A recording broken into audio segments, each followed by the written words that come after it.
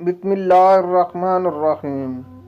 گداگری قانوناً بند کر دی جاتی ہے، مگر وہ اسباب و علل دور کرنے کی کوشش نہیں کی جاتی جو انسان کو اس فعل پر مجبور کرتے ہیں۔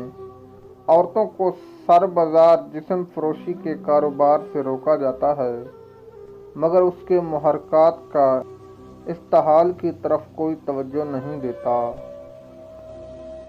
موجودہ نظام کے تحت جس کی باغ ڈور صرف مردوں کے ہاتھ میں ہے، عورت خواہ وہ عصمت فروش ہو یا باعصمت ہمیشہ دبی رہی ہے۔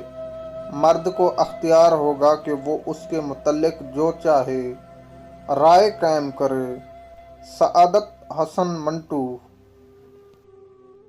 ہمیں اپنے قلم سے روزی کمانا ہے اور ہم اس ذریعے سے روزی کما کر رہیں گے۔ یہ ہرگز نہیں ہو سکتا کہ ہم اور ہمارے بال بچے فاقے سے مریں اور جن اخباروں اور رسالوں میں ہمارے مضامون چھپتے ہیں ان کے مالک خوشحال رہیں۔ سعادت حسن منٹو۔ زانی عورت کی سب سے بڑی پہچان یہ ہے کہ اسے اپنے مرد سے زیادہ دوسرے مردوں میں زیادہ دلچسپی ہوتی ہے۔ میرا خیال ہے کہ کوئی بھی چیز فحش نہیں، لیکن گھر کی کرسی اور ہانڈی بھی فحش ہو سکتی ہے اگر ان کو فحش طریقے سے پیش کیا جائے۔ سعادت حسن منٹو۔